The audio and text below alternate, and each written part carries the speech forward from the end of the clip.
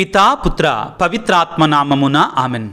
ప్రభునందు మిక్కిలి ప్రియ సహోదరి సహోదరులారా, పునీత పాదువాపురి అంతోని వారి మహోత్సవ వాక్య పరిచర్యకి మిమ్మందరినీ ప్రేమతో ఆహ్వానిస్తూ ఉన్నాను. మార్కు సువార్త 16వ అధ్యాయం 15వ వచనము నుండి 18వ వచనము వరకు. యేసు వారితో ఇట్లనెను, మీరు ప్రపంచమందంతట తిరిగి సకల జాతి జనులకు సువార్తను బోధింపుడు. విశ్వసించి జ్ఞానస్నానము పొందువాడు రక్షించబడును, విశ్వసింపని వానికి దండన విధింపబడును. విశ్వసించువారు ఈ అద్భుత శక్తులను కలిగి ఉందరు. నా నామమున దయ్యములను వెళ్ళగొట్టెదరు, అన్య భాషలను మాట్లాడేదరు, పాములను ఎట్టి పట్టుకొందరు. ప్రాణాపాయమైనది ఏది తాగినను వారికి హాని కలగదు. రోగులపై తమ హస్తములను ఉంచిన వారు ఆరోగ్యవంతులగుదురు అని తన శిష్యులకు తెలియపరచను. క్రీస్తునందు మిక్కిలి ప్రియ దేవుని బిడ్డలారా, పునీత అంతోని వారి భక్తులారా, ప్రతి సంవత్సరము జూన్ నెల 13వ తారీఖున అద్భుతాల అంతోని వారి యొక్క మహోత్సవాన్ని, పండగని యావత్ కథోలిక శ్రీసభ ఘనంగా కొనియాడుతుంది.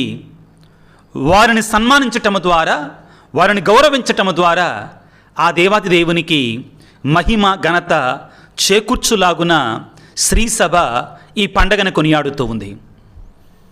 ప్రభునందు ప్రియులకు దేవుని బిడ్డలారా, పునీత పాదువాపురి అంతోని వారి గురించి మనం చాలా అద్భుతాలు విని ఉంటాం. ఆయన పేరే అద్భుతాల అంతోని వారు అని పిలుచుకుంటాం.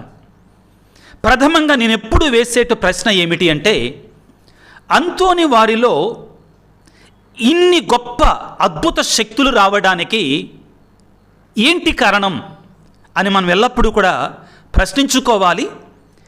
ఏ కారణాల చేత అయితే అంతోని వారు దేవునికి ప్రియమైన వాడిగా మలచబడ్డాడో, దేవుని యొక్క శక్తిని తన ద్వారా ప్రజలకు అందేటట్లుగా దేవుడి చేత ఎన్నుకొనబడ్డాడో, మనము కూడా అటువంటి మార్గములో ప్రయాణం చేయటానికి మనం ప్రయత్నం చేయాలి. అంతోని వారి పండగ సందర్భంగా, ఈ రోజున మహోత్సవ సందర్భంగా నా మనసుకు తట్టినటువంటివి ముఖ్యంగా ప్రియులారా, అంతోని వారిలో ఉన్నటువంటి ఆ యొక్క తగ్గింపు జీవితము, అదేవిధంగా ఆ దేవుని మీద ఉన్నటువంటి అపారమైనటువంటి విశ్వాసము. ఇవి రెండూ కూడా అంతోని వారు అంత గొప్ప పునీతుడు కావటానికి ప్రధానమైనటువంటి కారణాలు అని నేను బలంగా నమ్ముతున్నాను. అంతోని వారిలో అడుగడుగునా కూడా దీనత అనేటువంటిది, తగ్గింపు అనేటువంటిది మనకు ప్రస్ఫుటంగా కనబడుతుంది. ఏ కోశమందునా కూడా ఆయన గర్వానికి వెళ్ళడు, తనను తాను తగ్గించుకుంటాడు, వినయాత్ముడిగా జీవిస్తాడు. కాబట్టే మత్తయి శుభవార్త 5వ అధ్యాయం 2వ వచనములో యేసు ప్రభువు కొండ మీద ప్రసంగములో 2 సందర్భాలలో ఈ దీనత్వాన్ని గురించి, వినయాన్ని గురించి మాట్లాడతారు. మత్తయి శుభవార్త 5వ అధ్యాయము 3వ వచనములో దీనాత్ములు ధన్యులు, దేవరాజ్యము వారిది. ఆ తరువాత 5వ వచనంలో మరొకసారి వినమ్రులు ధన్యులు, వారు భూమికి వారసులగుదురు అని పలికారు.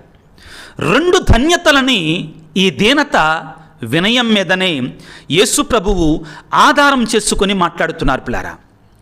క్రీస్తు భగవానుడు పలికినటువంటి శ్రేష్టమైన వాక్యాలలో ఒకటి, భారముచ్చి అలసి సొలసి ఉన్న సమస్త జనులారా నా యొద్దకు రండి అనేటువంటి మాటలు, మనందరికి తెలిసిన మాటలు. దానిలో ప్రభువు పలికిన మాటలను మనం పరిపూర్ణంగా ఆలకిస్తే అక్కడ కూడా వినయాన్ని గురించి మాట్లాడుతుంటారు. మత్తయి శుభవార్త 11వ అధ్యాయము 28వ వచనం నుంచి చదువుకుంటే, భారముచ్చే అలసి సొలసి ఉన్న సమస్త జనులారా నా యొద్దకు రండి, మీకు విశ్రాంతి నొసగెదను.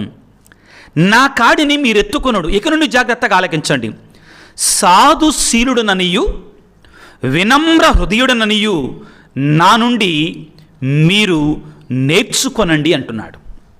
ప్రభునందు ప్రియులారా, పాదువాపురి అంతోని వారు అంత గొప్పవాడు ఎలాగా అయ్యాడు?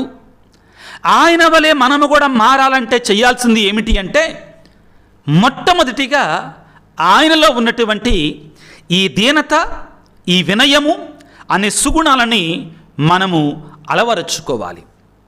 అంతోని వారి జీవితం నుండి ఒక చిన్న అద్భుతం, ఆయన చాలా అద్భుతాలు చేస్తున్నాడని తెలుసుకున్నటువంటి కొంతమంది నమ్మనటువంటి యువకులు ఆయనను అపహాస్యం పాలు చేయాలని, అవమానాల పాలు చేయాలని, ఎగతాళి చేయాలని ఒక రోజున అంతోని వారి దగ్గరికి వెళ్ళి, అంతోని వారా, మేము మీకు ఒక మంచి విందు ఇవ్వాలి అనుకుంటున్నాం, దయచేసి మా మాటను మన్నించండి, మా కోరికను మన్నించండి అని సవినయంగా వేడుకున్నారు.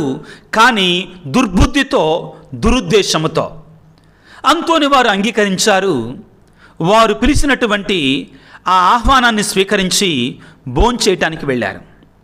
కానీ అక్కడికి వెళ్ళగానే అంతోని వారిని ఒక టేబుల్ మీద కూర్చోబెట్టి ఆ ఇటలీ దేశంలో దొరికేటువంటి భయంకరమైన గబ్బిలాలు తోటి ఆ ప్లేట్లో పెట్టి ఆయన తినండి, భుజించండి అన్నారు. అంతోని వారు కోప్పళ్ళ, రోషం రాలేదు, అవమానంగా ఫీల్ అయినట్లుగా ఆయన భావించలా. చిరునవ్వుతో ఆ ప్లేటుని దగ్గర తీసుకొని, నన్ను తినమంటారా దీన్ని అన్నాడు. తినండి మీరు, చేతనైతే ఎగతాళి చేశారు, అవమానం పాలు చేస్తున్నారు అనుకున్నారు. తీక్షణంగా ప్రార్థన చేసి అంతోని వారు దేవుని మీద భారం వేసి ప్రార్థన చేసి కళ్ళు తెరవగానే అక్కడున్న కుర్రోళ్ళు, ఎగతాళి చేసే కుర్రోళ్ళు, నవ్వేటువంటి కుర్రోళ్ళు, అపహాస్యం చేసేటి కుర్రోళ్ళు ఒక్కసారిగా అవాక్కైపోయారు, ఆశ్చర్యచకితులైపోయారు. గబ్బిలాలతో నిండినటువంటి ఆ ప్లేట్ అంతా కూడా గుమగుమలాడేటువంటి మంచి నాటు కోడి మాంసంలాగా మారిపోయింది, ఒక బిర్యానీలాగా మారిపోయింది. అంతోని వారు చిరునవ్వుతో దాన్ని తిన్నారు. వారికి కృతజ్ఞతలు చెల్లించి వారిని ఆశీర్వదించి వెళుతుంటే యవ్వన ప్రాయంలో ఉంటే ఆ కుర్రవాళ్ళు అంతోని వారి యొక్క కాళ్ళ మీద పడి, అంతోని వారా, దేవుడు మీలో ఉంచినట్టు శక్తులని మేము అవమానం పాలు చేయాలనుకున్నాం, ఎగతాళి చేయాలనుకున్నాం, మీరు మాత్రం ఇవన్నీ తెలిసి కూడా మా మీద కోప్పడలేదు, మా మీద రోషానికి రాలేదు. కానీ దీనత కలిగి, వినయము కలిగి దేవుని మీద భారం వేసి ప్రార్థన చేశారు చూడండి, దీక్షతోటి. అంతోని వారా, మీ మహత్యాన్ని మేము గుర్తించాం అని అంతోని వారికి క్షమాపణలు చెప్పి వారు అంతోని వారికి బోధనలు ఆలకించడానికి రావటం ప్రారంభించారు. మంచి క్రైస్తవులుగా మారారు ప్రియారా. అయితే ప్రియులారా, ఇంతకీ ఈ అంతోని వారు ఎవరు? ఏదో కాషాయం వస్త్రాలు వేసుకొని పేదరికంలో, కట్టిక దారిద్ర్యంలో జీవిస్తూ బ్రహ్మచర్యము, విధేయత అనే వ్రతాలను చేపూనినటువంటి ఈ అంతోని వారు ఎవరు అసలు? ఈయన ప్రియులారా, పోర్చుగల్ దేశంలో లిస్బన్ అనే పట్టణంలో 1195వ సంవత్సరంలో ఆ యొక్క లిస్బన్ పట్టణంలో రాజవంశ కుటుంబానికి అతి దగ్గరగా ఉన్నటువంటి కుటుంబంలో జన్మించినటువంటి ఒక ధనవంతుడైనటువంటి వ్యక్తి ప్రియులారా. He is Born with a silver spoon with a golden spoon in his mouth. ఆయన ఎంతో ధనికమైనటువంటి కుటుంబంలో జన్మించాడు. అయినా కానీ ఆ కుటుంబం మంచి క్రైస్తవ కథోలిక కుటుంబం ప్రియులారా. చిన్ననాటి నుండి కూడా దైవభక్తిలో, దైవ ప్రేమలో ఎదిగాడు. 12, 13, 14 సంవత్సరాలు వయసు రాగానే అంత ధనవంతమైనటువంటి, అంత విలాసవంతమైనటువంటి ఆ యొక్క కుటుంబంలో జన్మించినా కానీ ఆయన ఒక గురువు కావాలి అనే తలంపుతో ఆయన ముందుకు సాగటం ఆయన ఇదిగో ప్రారంభించాడు. ఆయనకి రాజవంశ కుటుంబంలో పిల్లల స్నేహితులు ఉన్నారు అంటే ఎంత గొప్ప స్థితితో మనం గుర్తుంచుకోవాలి. చివరికి ఆయన వయసు వచ్చినప్పుడు ఇదిగో వారు అగస్తీను వారి యొక్క సెమినరీలో, మఠములో గురువు కావటానికి చేరారు.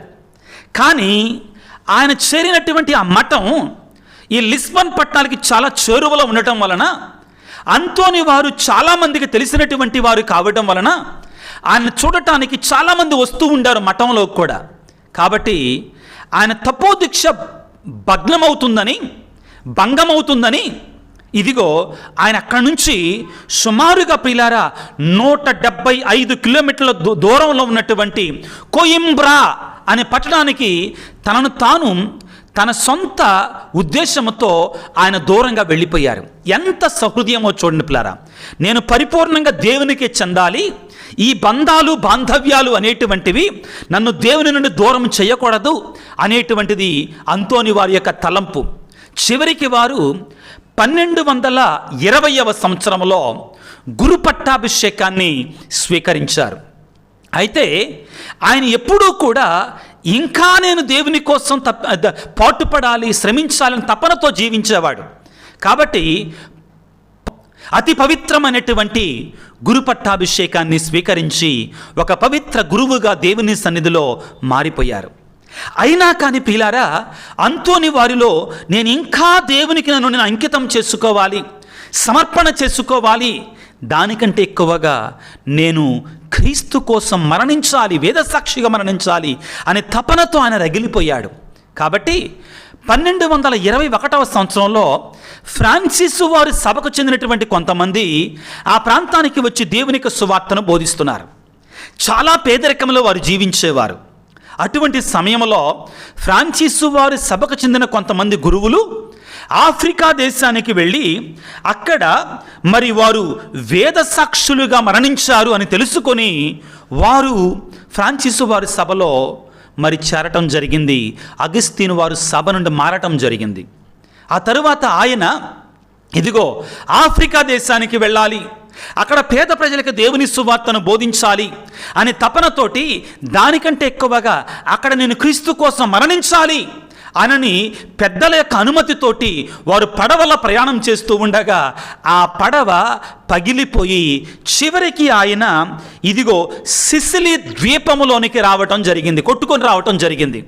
తానొకటి తలిస్తే దైవం ఒకటి తలిసిందట. ప్రియులకు దేవుని బిడ్డలారా, చివరికి వారు అక్కడ ఉన్నటువంటి ఇంకా జీవిస్తున్నటువంటి పునీత అసిస్సీపుర ఫ్రాన్సిస్ వారిని కలుసుకొని ఆనంద బాష్పాలను గార్చి పరవశించిపోయారు ఆ గొప్ప పునీతుని యొక్క పాద సన్నిధుల. ప్రియులారా, ఆ తరువాత ఇక నుండి ఆయన జీవితంలో మార్పు ఏర్పడింది. పిల్లారా, ఎంతో ఉన్నతమైన కుటుంబంలో జన్మించినా కానీ తనను తాను తగ్గించుకునే ఉండేవారు. ఆయనట ప్రియులారా కిచెన్లో ప్లేట్లు తోమేవాడట, వంట వండేవాడట, ఇదిగో నేల మీద తడిగుడ్డ వేసేవాడంటండి. కానీ ఆయన ఒక పెద్ద మేధావి, ఒక పెద్ద జ్ఞాని, ఒక థియోలాజియన్, వేదశాస్త్ర పండితుడు. అయినా కానీ ఏనాడు కూడా గర్వంకి వెళ్ళలేదు. ఆయన అందరు బ్రదర్లతో పాటు అందరు ఫాదర్లతో పాటు చాలా సింపుల్గా ఉండేవాడు. ఒక రోజున ఇదిగో ఆయన తప్పనిసరి పరిస్థితుల్లో నూతనంగా అభిషేకం పొందినటువంటి గురువుల యొక్క ఆ ఫెలిసిటేషన్, వారికి సన్మాన సభలో గురుత్వాన్ని గురించి మాట్లాడాల్సి వచ్చింది. ఆయనని అందరూ కూడా బలవంత పెట్టారు, ఎవరో సిద్ధంగా లేకపోతే. ఆయన లేచి నిలబడ్డప్పుడు ఈయనేం చెప్తాడులే, ఈయనకేమొచ్చులే అని అందరూ కూడా అలా కూర్చున్నారు. ఒక్కసారిగా ఆయన దైవ జ్ఞానముతో మాట్లాడుతూ ఉంటే పరలోకము నుండి దేవుని యొక్క వాక్కు వినపడినట్లుగా వినపడిందటండి. ఆయన దేవుని యొక్క సువార్తను పిల్లల బైబిల్ గ్రంథము నుంచి, అదేవిధంగా వేదశాస్త్ర పండితుల నుండి, దీర్ఘదర్శుల నుంచి అనర్ఘళంగా ఆయన ప్రసంగిస్తూ ఉంటే అక్కడ ఉన్నటువంటి వారందరూ కూడా తెల్లబోయారట, అవాక్కయ్యారంట. అక్కడ నుండి పిల్లారా ఇక అంతోని వారి యొక్క అద్భుతాల యొక్క పరంపర ప్రారంభమైపోయిందని చెప్పాలి. ఒకటి కాదు, రెండు కాదు, అంతోని వారు చేసినట్టు అద్భుతాలు దైవశక్తితో, దైవ మహిమతో, పరిశుద్ధాత్మ యొక్క వరాలతో ప్రియులారా, ఇదిగో ఆ యొక్క వంట కాస్తున్నటువంటి వంటలో పడిపోయి చచ్చిపోయినట్టు పిల్లవాడిని జీవంతో లేపారు. కాలు తెగగొట్టుకున్నట్టు నరికినటువంటి తెగిపోయినటువంటి ఆ కాలును అంటించారు. చనిపోయినటువంటి వారిని జీవంతో లేపారు. ఇదిగో అనారోగ్యంతో ఉన్నటువంటి వారికి మాట చెప్తే లేచినటువంటి వారు ఉన్నారు. ఆ ఎగతాళి చేసినటువంటి వారిని కూడా దీవించి స్వస్థపరిచారు. ప్రియ దేవుని బిడ్డలారా, ఒకటా రెండా అంతోని వారు చేసినటువంటి అద్భుతాలు ఈ రోజంతా కూడా మనం చదువుకున్నా కానీ మనకు చాలదు ప్రియులారా. అయితే ఈరోజు ప్రథమంగా మనం నేర్చుకునేది ఏంటంటే అంతోని వారి యొక్క అద్భుతాలని, అంతోని వారి యొక్క జీవితాన్ని మనం ధ్యానం చేస్తూ ఉండగా ప్రియులారా, ఇదిగో మనందరము కూడా అంతోని వారి వలె మారడానికి ప్రయత్నం చేయాలి. ఇదిగో మార్కు సువార్త 16వ అధ్యాయం 18వ వచనంలో మనం చదువుకున్న వాక్యముల ప్రియులారా, ప్రభు అంటాడు తన యొక్క శిష్యులతోటి, ప్రాణాపాయమైనది ఏది తాగినను మీకు హాని కలగదు అంటాడు. ఎప్పుడు నీవు దైవశక్తితో దేవుని మీద నమ్మకంతో బ్రతికితే. అంతోని వారికి ఆ గబ్బిలాల కూర పెడితే ఆయన ప్రార్థన చేసుకుని దేవుని మీద ఆధారపడగా ఆ గబ్బిలాల కూరల్లా ఒక మంచి గుమగుమలాడేటువంటి ఇదిగో నాటుకోడి బిర్యానీగా మారినటువంటి అద్భుతాన్ని గురించి మనం చెప్పుకున్నాం ఈ అంతోని వారి పండగ సందర్భంగా. పునీత పాదువాపురి అంతోని వారు ఎల్లప్పుడూ కూడా దేవుడిచ్చినటువంటి ఆ దేవుని యొక్క వాక్యాన్ని, ఆ దేవుని యొక్క వాక్యము ద్వారా ప్రజలకి ఆ దేవుని యొక్క ప్రేమని తెలియజేయడానికి తహతహలాడేవారు. కొన్ని సందర్భాలలో ప్రజలు మూర్ఖత్వంతో ఆయనకి దైవ సందేశాన్ని ఆలకించకపోతే ఆయన చివరికి విసుగు చెంది ఆ సముద్రములో నుండి జంతువులకు కూడా ఆయన దేవుని యొక్క సువార్తని బోధించినటువంటి సందర్భాలు ఉన్నాయి. ఆయన దేవుని యొక్క సువార్తని ఆత్మప్రేరణతో బోధిస్తూ ఉండగా తాను తిరిగి మీరు సముద్రంలోనికి వెళ్ళిపోండి అని చెప్పే వరకు కూడా ఆ సముద్ర జీవులు అంతోని వారి యొక్క వాక్యాన్ని ఆలకించాయట పిల్లారా. ఆయన దేవుని యొక్క వాక్యాన్ని బోధించటంలో ఒక గొప్ప ఉద్దండు అని పలకాలి. అదేవిధంగా ఎవరైతే కథోలిక విశ్వాసానికి వ్యతిరేకముగా మాట్లాడుతూ ఉంటారో అటువంటి వారికి ఆయన ఒక సుత్తి లాంటి వారు అని చెప్తారు. ఆయనకి ఇచ్చిన బిరుదు ఏమిటి అంటే భిన్న మతావలంబికులకి సమ్మెట అనే బిరుదు ఇవ్వబడింది.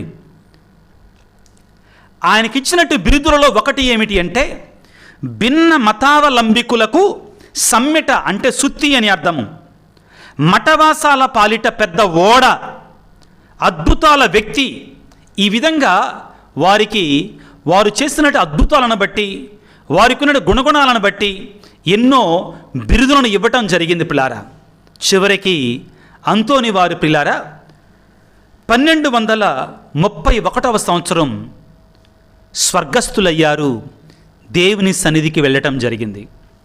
వారు మరణించినటువంటి ఒకే ఒక సంవత్సరంలో వారిని పునీతునిగా ప్రకటించారు అంటే ఆయన ఎంత పరిశుద్ధత, ఎంత అద్భుత శక్తి కలిగి ఉన్నారో చూడండి. కొన్నిసార్లు ఒక పునీతునిగా ప్రకటించటానికి 100 సంవత్సరాలు పట్టుద్ది. కానీ అంతోని వారి విషయంలో మాత్రం ఒకే ఒక సంవత్సరంలో 1231 సంవత్సరంలో మరణిస్తే 1232 సంవత్సరంలో 9వ గ్రెగరీ పాపు గారు వారికి పునీత పట్టం కట్టబెట్టారు పిల్లారా. ఇంత గొప్ప పునీతుని యొక్క మహోత్సవాన్ని, పండగని కొనియాడుతున్న మనందరము కూడా ఆ దేవదేవుని పునీత అంతోని వారి యొక్క మధ్యస్థ ప్రార్థన ద్వారా వేడుకుందాం. ప్రభువా, మాకు కూడా అంతోని వారిలో ఉన్నటువంటి దీనతని, వినయాన్ని, నీ మీద అపారమైన నమ్మకాన్ని, ఆ సుగుణాలని మాకు కూడా అనుగ్రహించు తండ్రి. ఆ అంతోని వారి యొక్క ప్రార్థన సహాయము ద్వారా, మధ్యస్థ ప్రార్థన ద్వారా ఎవరైతే అనారోగ్యాలతో బాధపడుతున్నారో వారికి స్వస్థతని, కుటుంబంలో శాంతి సమాధానం లేకుండా ఉంటున్నారో వారికి శాంతి సమాధానాన్ని, వివిధ రకాలైనటువంటి సమస్యలతో ఉన్నారో వారికి ఆ సమస్యల నుంచి విడుదలను ప్రసాదించు తండ్రి అని తలలో వంచి ప్రార్థన చేసుకుందాం. సర్వశక్తిగల సర్వేశ్వర, సర్వోన్నతుడా, పునీత పాదువాపురి అంతోని వారి యొక్క మహోత్సవాన్ని కొనియాడుకుంటుండగా ఆ మహాగొప్ప పునీతుని మాకు అనుగ్రహించినందుకు గాను మీకు వేలాది వందనాలు, స్తుతులు, స్తోత్రాలు. ప్రభువా, ఈనాడు అంతోని వారి యొక్క మహోత్సవాన్ని కొనియాడుకుంటుండగా ఒకే ఒక కోరిక కోరుతున్నామయ్యా. మేము కూడా ఆ అంతోని వారి యొక్క బాటలో, ఆ అంతోని వారు నడిచిన మార్గం నడవడానికి కావలసినటువంటి ఆత్మీయ బలాన్ని, శక్తిని, అనుగ్రహాన్ని మాకు దయచేయండి. ప్రత్యేకమైన రీతిలో ప్రభువా, అంతోని వారికి మధ్యస్థ ప్రార్థన ద్వారా అనారోగ్యంతో బాధపడుతున్న బిడ్డలకు మంచి ఆరోగ్యాన్ని దయచేయండి. కుటుంబాలలో శాంతి సమాధానం వారికి శాంతిని సమాధానం దయచేయండి. చదువుకునే బిడ్డలకు మంచి ఆరోగ్యాన్ని, జ్ఞానాన్ని దయచేయమని, సమస్యలలో ఉన్నటువంటి వారికి విడుదలను ప్రసాదించమని, మా కోసం ప్రార్థించండి స్వామి అడిగేటువంటి వారికి కావాల్సినటువంటి దీవెనను ప్రసాదించమని మా ప్రభు అయిన క్రీస్తు ద్వారా వేడుకొనుచున్నాము తండ్రి. ఆమెన్. ప్రభువు మీతో ఉందురుగాక, మీ ఆత్మతో ఉందురుగాక. సర్వశక్తిగల సర్వేశ్వరుడు పునీత అంతోని వారి యొక్క మధ్యస్థ ప్రార్థన ద్వారా పిత, పుత్ర, పవిత్రాత్మ మిమ్మందరిని చల్లగా దీవించి ఆశీర్వదించి కాపాడుదురుగాక. God bless you. దేవుడి దీవించుగాక. ఆమెన్.